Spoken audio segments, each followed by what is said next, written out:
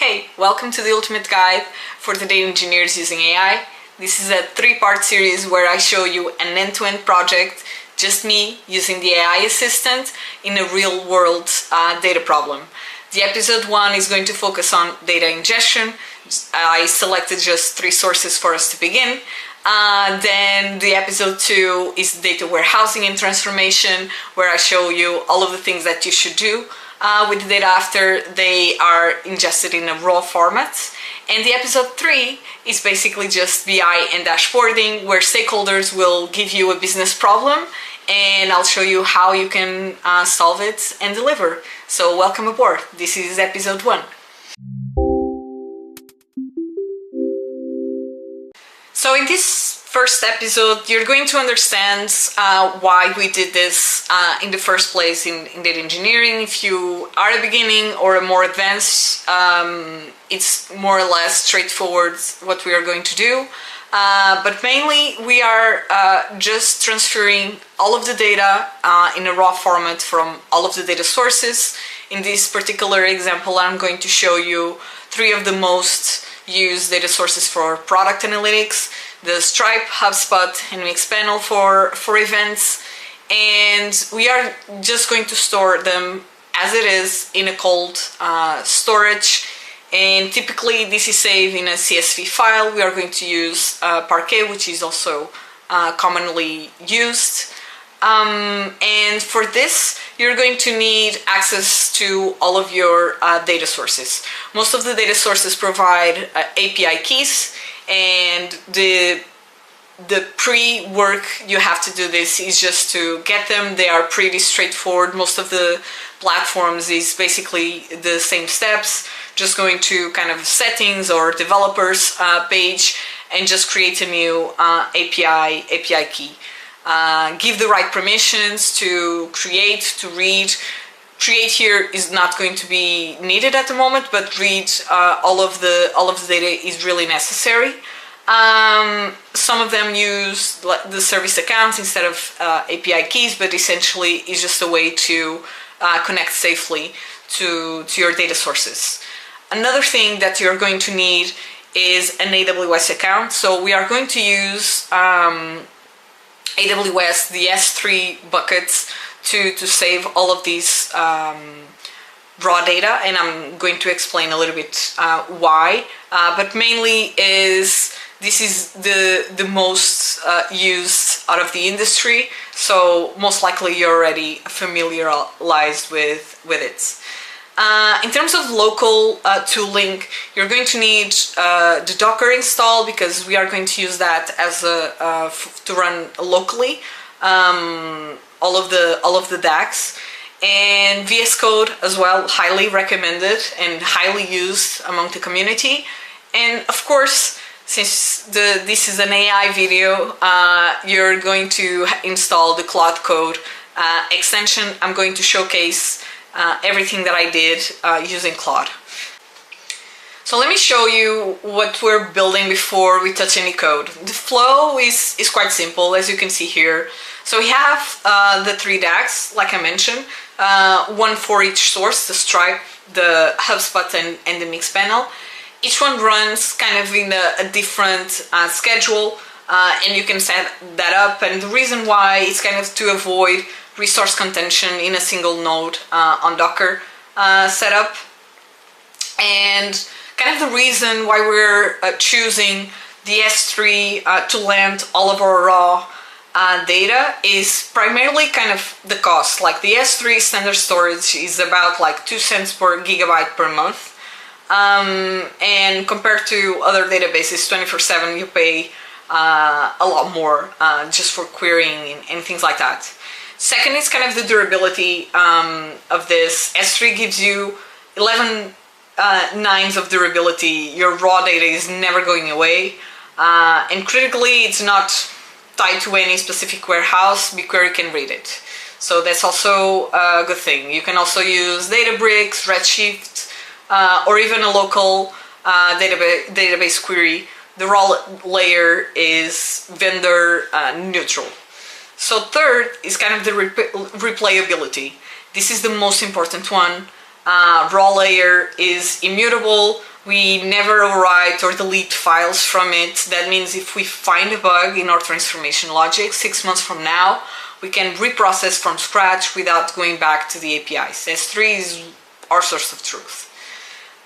We kind of also configure lifecycle rules, like after 30 days, raw files drop to standards infrequent access, which cuts the costs in half. After 90 days, they go to Glacier. You still have the data, it just takes a few more minutes to retrieve it. So that's kind of the reason why AWS is so popular. S3 buckets on AWS, because of it. You have also the Google Cloud platform cold storage for it, but this one in this industry is mostly used. So kind of the reason also why we chose the Parquet files is kind of the columnar storage and embedded schema. So CSV kind of stores data like row by row, like everyone can open and read it. Parquet stores a little bit different, it's column by column. That matters because most analytics queries only touch a few columns. If you want total revenue, you only need the amount column, not every field in the row. So Parquet lets BigQuery skip the columns you're not asking for. So in practice, this means queries are 5 to 10 times faster and cheaper. BigQuery charges per byte scan, so reading fewer columns means a smaller bill. And if you scale this for a bigger project, a bigger company with big data, this sums up by a lot. The other thing Parquet does is kind of the embed schema in the file. There's no guessing column types or anything like that. It's not like the CSVs as well.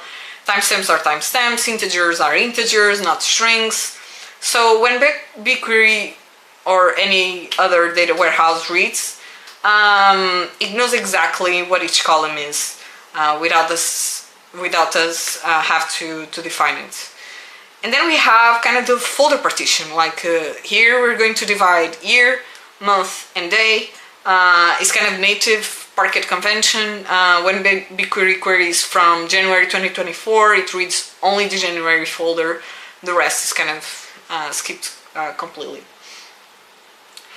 And yeah, so the deploy kind of starts using Docker and other instances, and that's mainly our architecture for and the reasons why we select what we did. So let's actually go into the fun parts of it.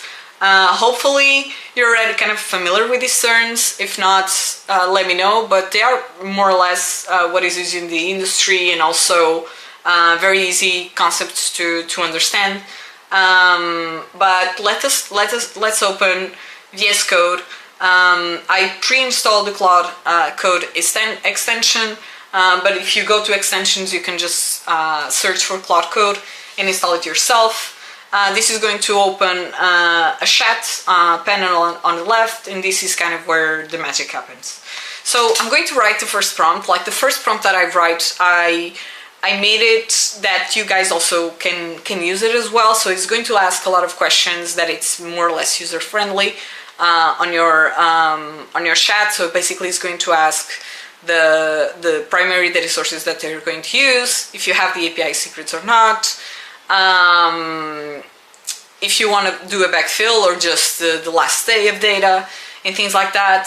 So it's going to pop up a couple of questions, and also if you want to write all of your secrets as well on the prompt, you can do that, or just save it directly on the .env files. Since this is kind of an AI assistant tutorial, I would say, I just put everything on the prompt, and yeah, let's just wait a couple of minutes. I basically just ask, oh, here are my sources, please just go through them and create DAGs using Airflow to move the data to the S3 buckets. I gave all of my credential that is needed, and it's basically that's it. And just watch now. It's going to ask a couple of questions. It's just permit or not, depending on what you want. But yeah, now it's just basically a waiting game at this point. Cool. So this already stopped running. So let me show you exactly what this built. It gave me a local host to access the Airflow UI. Meanwhile, it opened Docker as well. On the Airflow UI, we have the 3 DAGs. All of them are green. You can see kind of, this is very simple, but at the same time, it gives you every single data point that we need, like the last time it ran, if it failed, if it succeeded, when is the next run, and things like that.